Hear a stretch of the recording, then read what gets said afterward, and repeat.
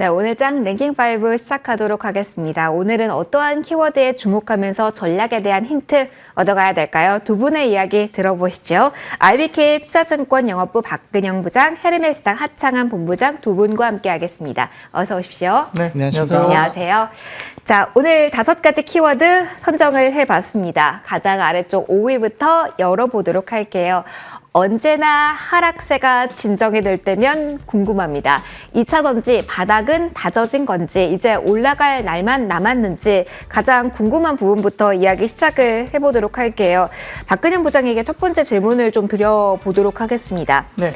악재는 다 반영이 됐기 때문에 더 빠질 것도 없다라는 시선으로 봐도 되는 건지, 반등 탄력은 제한적이겠지만 그럼에도 오늘 장에서의 흐름이 안정적이다라고 힌트를 얻어서 투자에 대해서 뭔가 계획을 세워도 괜찮은 날일지 궁금하거든요. 오늘 이 자리까지 어떻게 보셨을까요? 네, 고점 대비 많이 빠진 상태이고요. 기술적으로 사실 아무리 적자나는 기업들도 주식은 이 정도 빠지면 그래도 기술적 반등 정도는 충분히 나와줄 수 있는 하나의 꼭지점으로 볼 수는 있는데, 오늘 좀 영향을 미치는 것들은 결국 이제 2차 전지뿐만 아니라 최근에 낙폭과대 섹터가 많이 올라온다는 게 오늘 특징이잖아요. 네. 그러니까 예를 들면 2차 전지 양극재도 많이 올라오죠. 그다음에 엄청나게 쉬었던 NCC, 이 석유화학의 순수 퓨어 플레이, 대한유화나 롯데케미칼 쪽도 많이 올라오죠.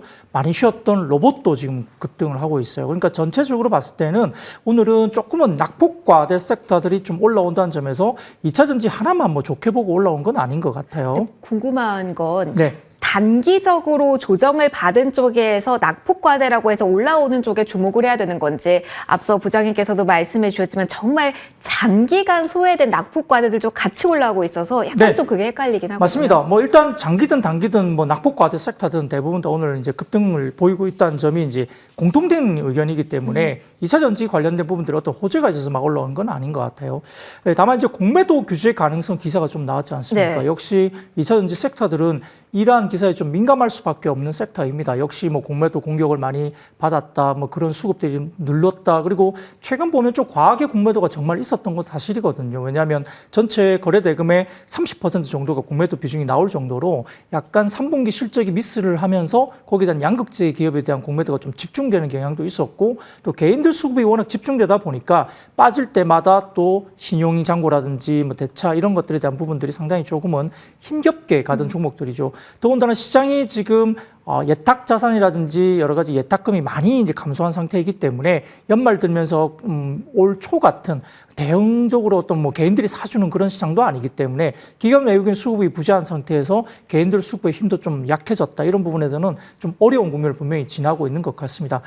다만 이제 우리가 조금 이제 그러면 2차 전지주를 좀 봤을 때 실적이나 이런 것들을 어떨 때 공매도나 이런 것들 떠나서 호재가 있느냐 봤을 때는 약간의 Q나 P에 대한 부분들이 아직도, 그러니까 Q와 P는, Q는 물량, P는 가격적인 부분인데 아직까지는 조금 더 기다려야 되는 시점이 아닐까 싶거든요. 왜냐하면 Q 같은 경우는, 유럽 같은 경우는 유럽 전기차 판매량이 전분기 대비 1% 정도 감소했지만 대부분 중국 기업들의 시장 점유율이 상승하고 있는 과정에서 한국 기업들이 조금 빠지는 모습이 오히려 보였기 때문에 Q의 증가가 상당히 좋을 것으로 보기에는 조금 쉽지 않고요.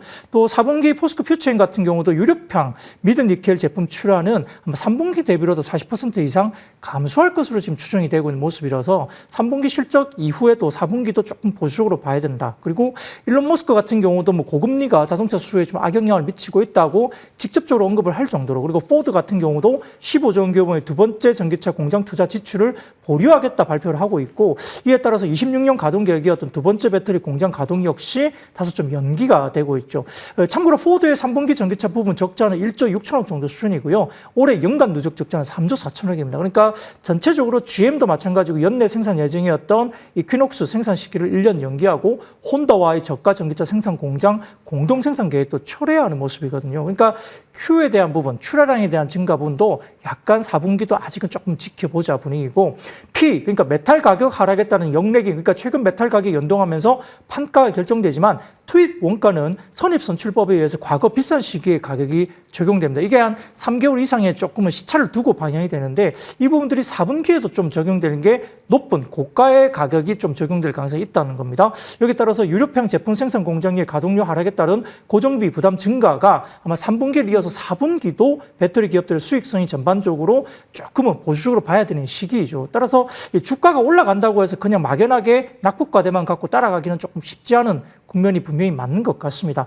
다만 이제 이런 부분을 차지한다 하더라도 최근에 보면은 삼성 SDI 같은 경우가 그래도 실적이 굉장히 견조하게 나왔고 일부 양극재 기업들이 지금 3분기 실적에서 OPM 그러니까 영업이익률이 2%대까지 빠졌거든요. 근데 지금 이번에 삼성 SDI 같은 경우는 수익성이 OPM이 7.7%로 상당히 좀 상대적으로 견조하게 그러니까 다른 어떤 2차 전지 부분보다도 굉장히 좋게 나왔고 그다음에 LG 에너지솔루션 같은 경우도 AMPC 관련된 부분들이 반영이 서프라이즈하게 반영되면서 일단은 시장에서 수익이 좀 방어됐다는 점. 그래서 양극재 쪽이 그래도 반등이 나오긴 하겠지만 일단 단기적으로 실적만 봤을 때는 삼성 SDI의 영업이익률이 너무 좋게 나왔다. 그래서 디스카운트 요인이 좀 사라지면서 단기적으로는 조금 눈에 띌 가능성이 높고 LG 에너지솔루션 같은 경우도 AMPC 관련된 반영률이 시장에서 생각한 것보다 상당히 좀 높게 반영되기 시작했다는 점에서는 그 부분이 역시나 셀 업체가 조금 나아 보인다는 거죠. 그래서 실질적으로는 삼성 SDI나 LG 엔솔 등이 조금 더 편안해 보이고요. 양극재는 4분기 실적에 대한 유의가 좀 필요하기 때문에 단기 반등 이후에 아직도 조금은 숨고르기 내지는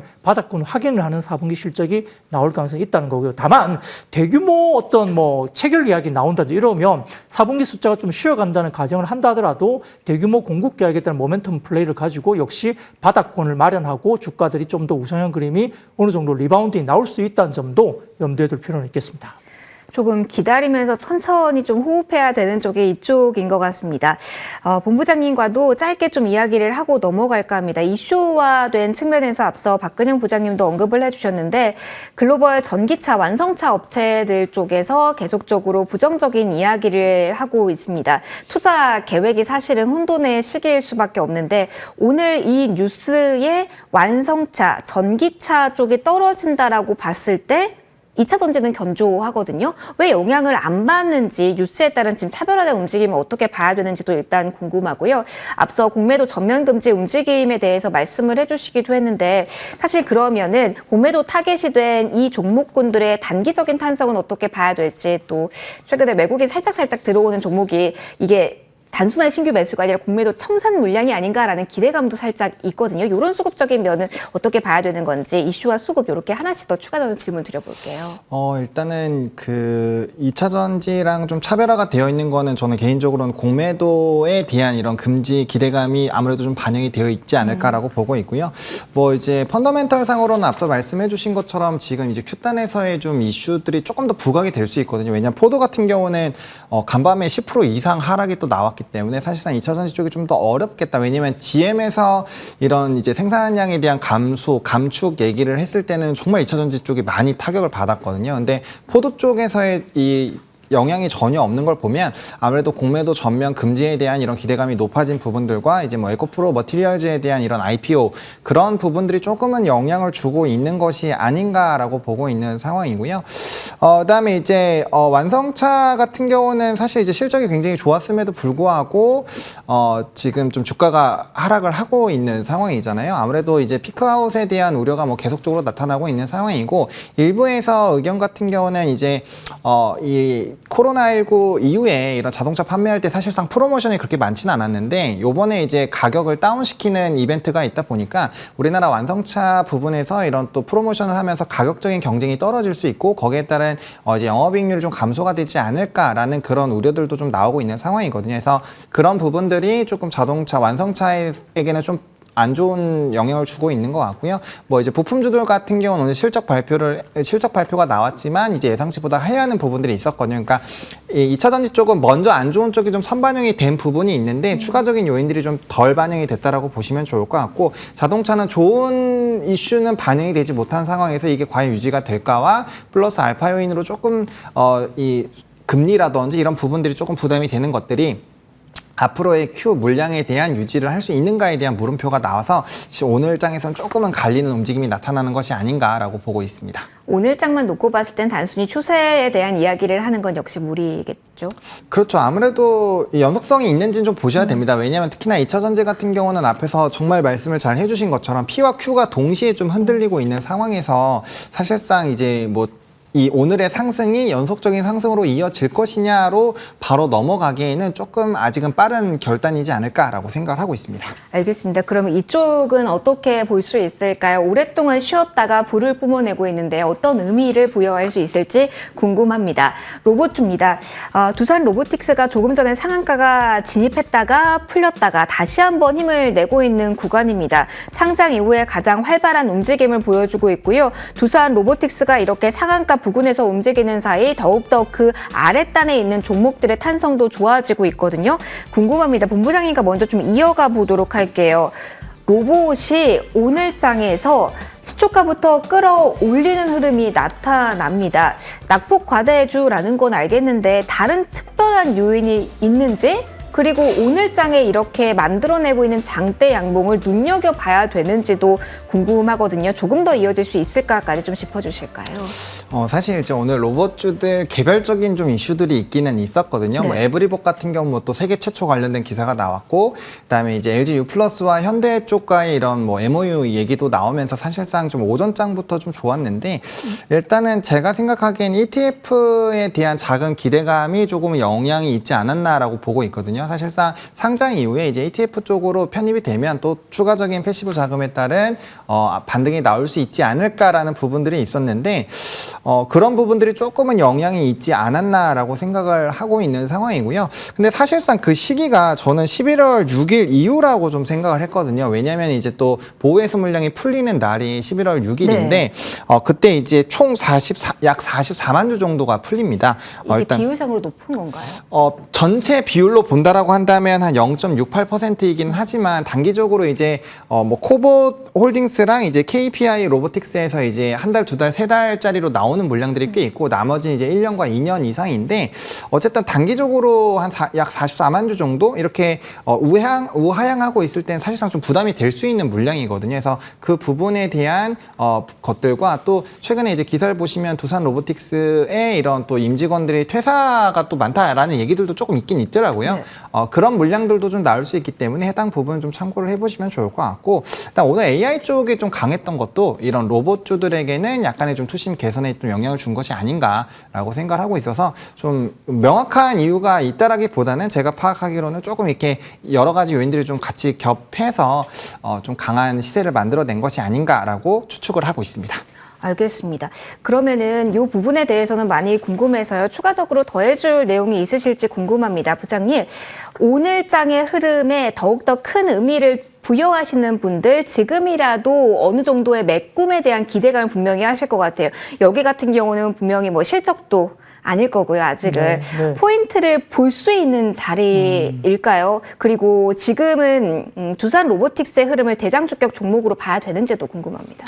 네, 결국 아까 말씀 주셨던 일부 개별 종목들의 로봇 관련된 뉴스가 오늘 조금 많이 나온 편이긴 합니다. 네. 뭐 LG U+가 현대기아와의 로보틱스 앱과 로봇 친화형 빌딩, 그러니까 빌딩 내에서 뭐 자동차, 전기차들이 자동적으로 뭐 어떤 램프, 차징을 하든지 여러 가지 부분들 관련된 이슈가 있는 것이고, 또 이 과거의 유진 로봇이 또 LG U+와 물류 로봇 사업 업무 협약 계약 이런 것들도 좀 오늘 부각이 되는 것 같고, 등등 관련된 로봇 사업과 관련된 부분들이 다소 좀 많이 눌려 있다가 아까 초두에 말씀드린 것처럼 오늘은 조금 낙폭과대 섹터들이 반등을 대부분 주면서 공매도 이슈까지 조금 더 이제 뭔가 기대감을, 그러니까 수급적으로 눌린 섹터들이 좀 튀어오르는 그런 모습들입니다. 그리고 삼성이 연내에 이제 로봇 출시를 한다는 이야기가 나오고 있죠. 뭐 그게 비포시든 뭐든 그게 다 할 수 있는데, 뭐 인탑스라든지 그런 종목들도 결국 이제 삼성 관련된 로봇을 이렇게 우리가 만들어내는 그런 것들에 대한 수혜주로 거론이 되고 있지만, 아무튼 굉장히 좀 오랫동안 많이 쉬었죠. 근데 이제 모멘텀 플레이로서, 그리고 또 연내 관련된 뭐 공매도 관련된 이슈가 눌렸던 것들이 튀어오르면서 약간의 뭐 쇼커버링 관련된 수급도 들어올 수 있고, 그래서 오늘은 조금은 펀더멘탈 이슈보다는 수급적인 이슈로 가는 거 보고, 만약에 오늘 세게 붙여버려서 레인보우 로보틱스가 만약에 상한가로 끝난다 이렇게 돼버리면 뭐 하루 정도 뭐 좀 더 이제 분위기는 좀 이어질 수 있다. 근데 다소 조금은 지금은 컨빅션, 그러니까 확신을 가지고 로봇주를 지금 또다시 따라가서 신규로 매수한다 하기에는 밸류에이션 플레이는 좀 확실히 부담스러운 건 맞거든요. 또 시장이 어떻게 변할지, 그리고 지금 실적 시즌이기 때문에 결국은 로봇 관련들이 실적을 낼 때 11월 중순 정도에 나오겠지만 아무래도 좀 부담스러운 실적이 나올 수 있어요. 시가총액 대비. 그러하다면 조금 더 흘림될 수 있으니까 지금 부분들은 조금 더 보수적으로 보시는 게 좋을 것 같습니다. 알겠습니다. 로봇에 대해서 시세가 한 번 더 나서 로봇의 비중을 조금 더 실어봤는데요. AI도 좀 점검을 하고 갈게요. 하창한 본부장이 앞서 답변 주실 때 AI는 조금 로봇과 다른 시선으로 볼 필요가 있다라는 힌트를 살짝 주신 것 같은데 위치상으로 그렇다면 지금 낙폭 과대 영역에서 모아가는 플레이를 한다고 한다면 선택은 AI가 될까요? 이쪽도 꾸준하게 뭐 투자하고 있다는 뉴스는 나오고 있거든요. 사실 이제 뭐 두 섹터 모두 다 좀 단기적으로는 주가가 많이 눌렸기 때문에 사실상 뭐 어디를 선택을 해서 보시기보다는 이렇게 좀 수급이 쏠릴 때 대응을 하시는 게 맞지 않을까라고 보고 있고요. 일단 뭐 로봇 같은 경우도 사실은 장기적으로 봤을 때 뭐 지금 당장 이제 절대적인 실적이라든지 이런 부분들이 부족해서 그렇지 뭐 앞으로 이 우리 출산율이나 이런 부분을 보면은 관심을 가질 수밖에 없고요. AI 같은 경우 이제 글로벌 기업들의 투자가 굉장히 가속화가 되고 있고 특히나 중국과의 이런 좀 패권 전쟁을 하고 있는 이런 레포트들도 상당히 좀 나타나고 있는 상황이거든요. 그래서 앞으로의 이런 뭐 투자는 진행이 되지 않을까라고 보고 있고 이게 결국엔 HBM 쪽으로 또 연관이 되기 때문에 지금 그런 쪽으로 본다면 이제 AI 관련된 쪽이 조금 더 플러스 알파 요인이 되겠지만 항상 이제 산업 쪽으로 저는 연관이 되어 있다라고 보고 AI나 로봇주가 항상 이제 연관돼서 뭐 5G, 6G까지 같이 움직이는 경향이 있거든요. 그렇기 때문에 같이 좀 큰 카테고리 안에서는 같이 볼 수 있는 산업군이라고 보셔도 좋을 것 같고 그런 관점에서 본다면 모두 다 좀 접근이 가능하긴 하다라고 정리를 드리고 싶습니다.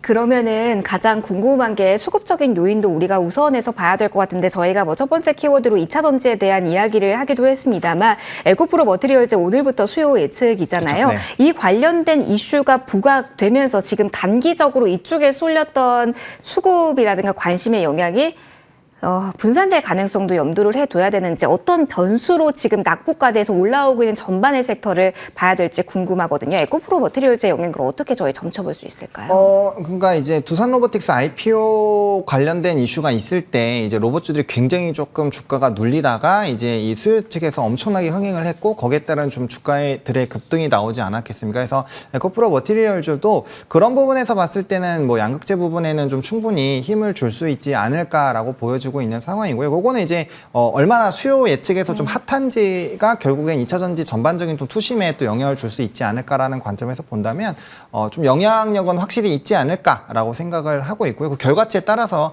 사실상 좀 전략은 달라질 수 있지 않을까라고 생각을 하고 있습니다. 어느 정도 흥행을 이끌지 나오면은 또 한번 저희가 리뷰를 해드리도록 하겠습니다. 수급적인 영향력이 워낙 중요한 요즘장이라서요. 추가로 좀 질문을 가봤습니다. 진정한 낙폭과대라고 할 수 있는 영역으로 시선 이동해 보도록 하겠습니다. 중동에 대한 긴장감이 나오면서 유가는 고공행진하고 있다라고 하는데 그렇다면 여기에는 왜 이렇게 오늘장에서 강한 흐름이 포착이 되고 있는 걸까요? 석유화학에 대한 이야기 풀어가 볼 거고요. 이 부분 박근영 부장님과 이야기해 보도록 할게요. 대한유화의 실적이 무언가 큰 트리거 역할을 했다라고 볼 수 있을지 저희 첫 번째 키워드부터 계속해서 낙폭 과대 이야기를 좀 하고 있거든요. 화학은 정말 차트가 무너진 종목도 많고 트리거가 될 만한 이야기도 많지 않은 구간 그리고 중동 이슈 본다면 유가를 본다면 좀 막막한 부분도 있거든요. 그럼에도 볼만할까요? 오늘장 단기 이상의 탄력 여기는 볼 수 있을지 풀이를 해주신다면요. 네. 대한유화가 실적이 3분기 나왔는데요. 컨센서스가 90억 정도 적자였어요. 근데 실제 발표가 나오니까 188억 흑자로 나오니까 뭐 서프라이즈하게 느껴지는 것 같습니다. 가동률 상황에 따른 비용 부담 감소나 긍정적 재고 효과에 기인한다고 볼 수 있는 상황인데 이 가격적인 부분에서는 아마 3분기에 HDP라든지 PP 그리고 부타디엔과 나프타 스프레드가 각각 마이너스 11%, 마이너스 28%, 마이너스 31% 전분기 대비 조정이 됐습니다. 이렇게 이제 스팟 스프레드가 하락세를 보였는데 근데 왜 좋으냐? 나프타 가격의 지속 상승에 따른 긍정적인 긍정적인 레깅 효과와 재고 평가 이익에 대한 부분들이 반영이 된 걸로 보입니다. 그래서 스팟 스프레드 하락의 가격의 하락을 좀 어느 정도 메이크업을 해줬다 볼 수 있는 상황이고요. Q, 그러니까 이제 가동률의 상향이 좀 중요한데 워낙 경기가 좋지 못하다 보니까 가동률이 굉장히 좀 낮게 형성됐을 걸로 보는데 작년에 NCC, 그러니까 피오 플레이 그 관련된 석유화학 기준 가동률은 작년과 기준으로 봤을 때는 1분기부터 보면 90%, 81%, 59%, 44% 이렇게 분기별로 계속 빠졌거든요. 반토막 정도 나 있었습니다. 근데 올해 1분기 또 2분기까지는 가동률이 66%, 74% 상향 조정되고 있고 3분기부터는 지금 가동률이 80% 중반대까지 올라온다는 거죠. 그래서 고정비 부담이 여기서 축소되고 있는 게 보인다는 겁니다. 4분기에도 유상한 가동률이 예상되기 때문에 아마 고정비 부담을 크게 경감할 가능성이 높다 이렇게 볼 수 있습니다. 그래서 그래도 상당히 다행인 겁니다. 경기가 안 좋은데 가동률이 올라온다는 것은 어느 정도 좀 회복이 되는 모습을 보여줄 수 있다. 그래서 올해 4분기부터 업황 부진이 조금 지속될 수는 있겠지만 내년부터는 점진적인 회복이 가능할 것으로 보는 것 같고 내년에 글로벌 피 수요 순증가가 355만 톤으로 올해 대비 약 3% 정도 약간의 순증이 되지만 실질적으로 과거 10년 평균보다 낮은 성장입니다만 그럼에도 불구하고 순증설이 201만 톤밖에 안 되면서 낮은 수요 전망치보다 오히려 증설이 더 떨어지니까 이 가동률이나 이런 것들이 좀 실적에 대한 방어를 충분히 할 수 있다. 이런 부분에서 방어가 좀 되는 것 같아요.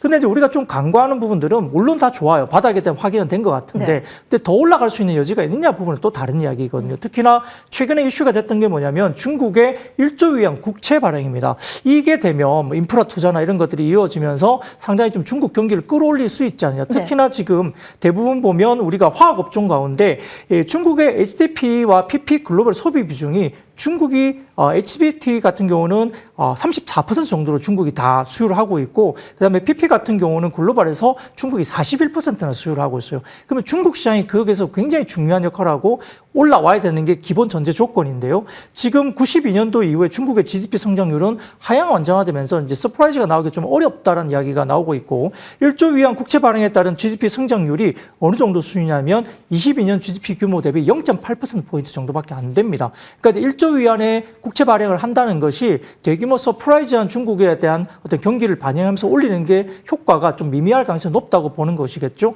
그러다 보니까 대부분 다 보면 여기에 대해서 굉장히 높은 기대감을 가지기에는 조금 쉽지 않다고 보는 것 같고요. 아까 말씀드렸던 단일 국가로서 소비 비중이 34%, 41% 이렇게 차지하고 있는 중국에서의 어떤 비중이 조금은 높지만 서프라이즈하지 않다. 그래서 기본적으로 오늘 주가가 대한유안을 어떻게 급등한 부분들은 최근에 나오는 목표 주가 상향 조정을 했다 하더라도 그 목표 주가 상향 조정된 가격에 거의 근접하는 수준까지 올라오고 있다는 점에서는 추가적인 상승분은 좀 다소 제한적일 가능성이 있다고 보는 것이고요. 다만 말씀드렸던 3분기 실적에서 바닥에 대한 이야기는 충분히 이야기할 수 있고 추가적인 밸류업을 하기 위해서는 조금 더 시간이 필요한 계단적인 부분들이 좀 필요하다 이렇게 말씀드리겠습니다. 알겠습니다. 장기 소외주로 분류됐던 화학 쪽에서는 역시 모멘텀을 크게 얻어가기까지는 조금 더 시간이 필요하다라는 진단이었습니다. 계속해서 넘어가서 2위 확인해 보도록 하겠습니다. 분위기를 조금 읽어드리려고 합니다. 개별 이슈에 따른 모멘텀은 강화되고 있습니다. 바이오시밀러 시장 커질 것이다라는 뭐 협회상에서의 코멘트도 나온 자리이고요. 일단 궁금합니다. 본부장님과 제약바이오 짧게 좀 이야기를 하고 넘어갈까 합니다. 지금 오늘장만큼은 호재 뉴스에 반응하는 종목들이 있거든요. 그런데 무언가 전반적으로 온기가 확산되기보다는 유한양행 그 흐름 이후에 조금 미묘한 공기가 변화했다 이런 이야기들도 많이 하시더라고요. 환경 자체가 어떻습니까? 지금 제약바이오의 발걸음을 맞춰도 되는 타이밍은 맞는 건가요?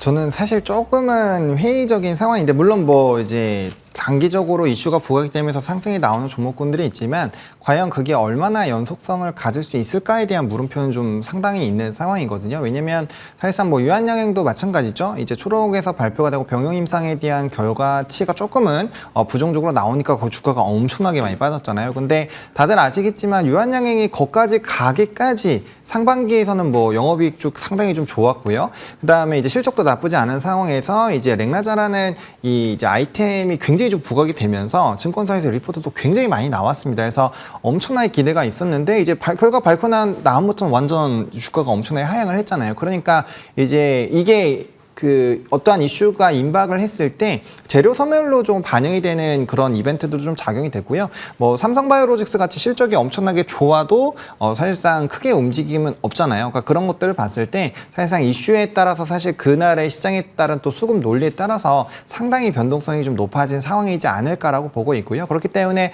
바이오 투자를 선뜻 하기도 쉽지 않고 특히나 이제 바이오 같은 경우는 이제 잘 모르시는 분들이 투자하시기 굉장히 좀 어렵고 난해한 산업 섹터거든요. 그리고 한 종목 한 종목 공부하기가 시간이 상당히 오래 걸려요. 네. 그렇기 때문에 이런 상황에서 사실상 이슈나 모멘텀 플레이를 하기는 정말 쉽지가 않다. 그래서 만약에 좀 중장기적으로 보신다라고 한다면 저는 오히려 해외에 좀 큰 이제 기업들을 좀 접근을 하시는 게 더 낫지 않을까라고 보고 있고요. 만약 국내에서 보신다면은 뭐 삼성 바이오로직스 같은 이 CDMO 쪽이고 뭐 사업에 대한 그 이제 덩치도 크고 실적도 나오고 있는 이런 쪽으로 보시는 게 저는 좀 맞지 않을까라는 생각입니다. 국내에서 보신다고 한다면 실적을 보자, 임상에 대한 모멘텀보다 네. CMO 쪽을 바라보자, 튼실한 기업 위주로 선별하자라는 조언이었습니다. 자, 오늘 1위로 좀 넘어가 보도록 할게요. 오늘 1위의 흐름에서 궁금한 포인트들이 많으실 겁니다. 1위 오늘 항공주 꼽아봤습니다. 본부장님과 일단 좀 이어가도록 할게요. 인수합병에 대한 모멘텀으로 오늘 들썩이면서 대한항공, 아시아나항공, 빨간불 여전히 제소 대비로는 견조합니다만 윗꼬리가 길게 달린 상태입니다. 화물 사업 매각 논의 이사회 앞둔 그리고 31일 바로 내일까지 제시하라고 한 상황입니다.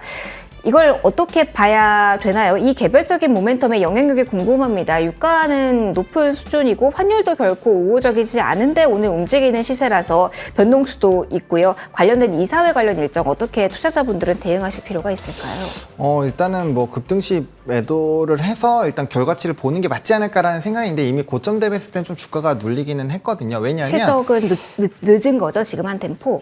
그렇죠. 왜냐면 일단 실적 같은 경우는 사실 우호적인 상황은 아니고 중국 소비주들이 지금 뭐 엄청나게 실적이 안 나오면서 사실은 좀 부담이 되는 상황으로 보면 항공주를 과연 너무 좋게 볼 수 있을까라는 좀 물음표가 있는 상황이고요. 아시겠지만 이제 이 유가가 높아질 때마다 그리고 환율이 높아질 때마다 이 업황은 좋기가 어렵잖아요. 그러니까 오히려 부담감이 좀 확대가 되는 상황이고 오늘 또 장 초반에 이제 뭐 아시아나 IDT라든지 이런 뭐 아시아나항공이 급등이 나오면서 뭐 에어부산 같은 LCC 업체들도 다 급등이 나왔는데 지금 고점 대비해서 한 14%, 15%씩 거의 다 빠져 있는 상황이거든요. 그러니까 그만큼 차익이 좀 상당 부분 나왔다라고 보시면 좋을 것 같고 일단은 화물 사업권을 처리를 해야 되는데 사실상 이쪽이 또 어떻게 보면 하나의 캐시카우로서 좀 작용을 했었잖아요. 그러니까 처리되는 게 좋은 걸까요? 궁극적으로 보유자분들 입장에서 그러니까 이제 보면. 그거를 아예 나눠서 생각을 하셔야 되는 거지. 네. 합병이 진행이 됐을 때 그런 이제 시너지들을 보셔야 되는 부분도 있고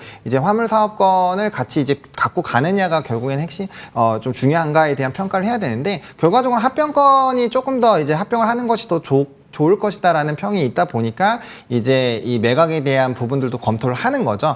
사실상 이제 그거를 하게 됐을 때 뭐 앞으로의 이런 뭐 사업권을 유지를 한다거나 아니면은 이제 뭐 배당을 준다거나 이런 여러 가지 부분에서 과연 이게 유지가 될 것이냐에 대한 물음표가 있는 상황이고 또 이제 하나 또 체크해야 되는 게 사내 이사 중에서 한 분이 돌연 사임을 했잖아요. 그러니까 네. 이거에 대한 구설수들이 지금 나올 수 있는 상황이라는 거죠. 그렇기 때문에 이게 이제 실질적으로 어떻게 반영이 될지는 결국 좀 지켜봐야 되는 상황이지 않을까라고 보고 있고요. 저는 일단은 이 합병권 이슈가 뭐 결과적으로 진행이 된다면 추가적인 트리거는 나올 수 있겠지만 지금 시점에서는 뭐 실적이나 이런 산업의 환경으로 봤을 때는 좀 보수적으로 보시는 게 맞지 않을까라고 생각을 하고 있습니다. 이 화물사업 분리 매각이라는 이슈가 양사 모두 주가 측면에서 트리거가 될 만한 이슈라고 볼 수는 있는 건가요? 사실 이제 돈을 잘 벌고 있는 사업권에서의 정리이기 때문에 네. 저는 뭐 이제 그러니까 그 앞서 말씀드린 것처럼 합병 안에서의 그 효과가 클지 아니면 이걸 단기적으로 매각을 했을 때 그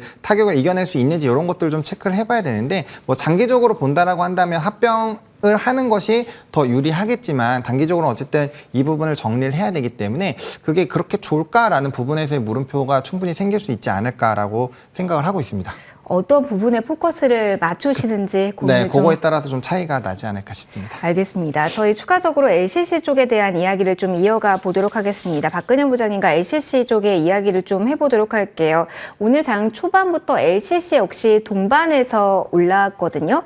합병으로 형님들이 오르면서 오늘은 시세가 나왔던 건지 아니면 에어부산의 케이스를 보고 그리고 2분기 대비로 이익 추정치 상향 조정되는 기업 중심으로 이 실적에 대한 기대치를 가지고 움직인 건지 궁금합니다. 다만 여기도 힘이 좀 많이 빠지고 있는 구간이기도 하고 앞서 호텔신라, LG생활건강 보시며 실적 미스했을 때 흐름을 보신 분들은 LCC 어떻게 봐야 될지 지금 대응이 네. 어떤 게 최선일지 궁금하실 것 같거든요. 어떤 네. 방향성으로 봐야 될까요? 네, LCC만 놓고 본다면 에어부산은 아주 드라마틱한 서프라이즈가 나왔죠. 3분기 영업이익이 433억이 나왔습니다. 전분기 대비로도 28%나 증가됐는데요. 이 유가 빼고는 모든 것이 완벽했던 1분기 대비로도 거의 비슷한 수준의 실적입니다. 원래 에어부산의 연간 최대 영업이익이 과거에 한 360억 정도 나왔던 게 기억이 있는데요.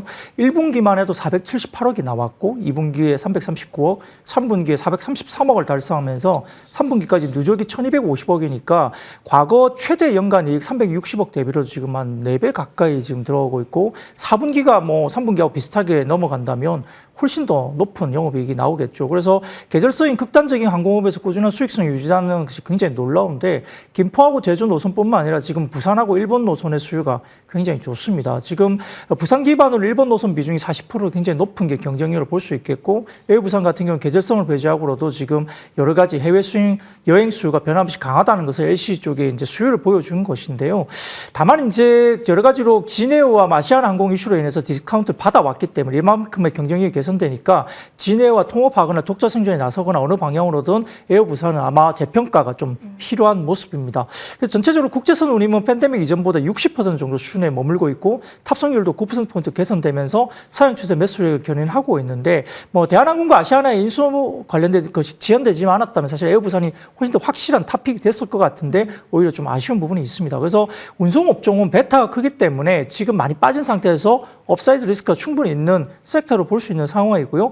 그래서 과거에 항공 사이클이 꺾일 때는 어떤 부분이냐면 공급이 급격하게 증가하거나 그러니까 기재, 그러니까 항공기의 공급이 급격하게 증가하거나 전염병이나 전쟁 같은 경우가 발생한 경우인데 내년까지 전체 항공기재 규모는 2019년 수준을 밑돌 전망이기 때문에 공급 관련된 그 항공기 공급은 굉장히 줄어들고 있어요. 그래서 이런 부분 때문에 수요가 어느 정도 받쳐준다면 상당히 좋은 상황은 분명히 나올 것이다 볼 수 있습니다.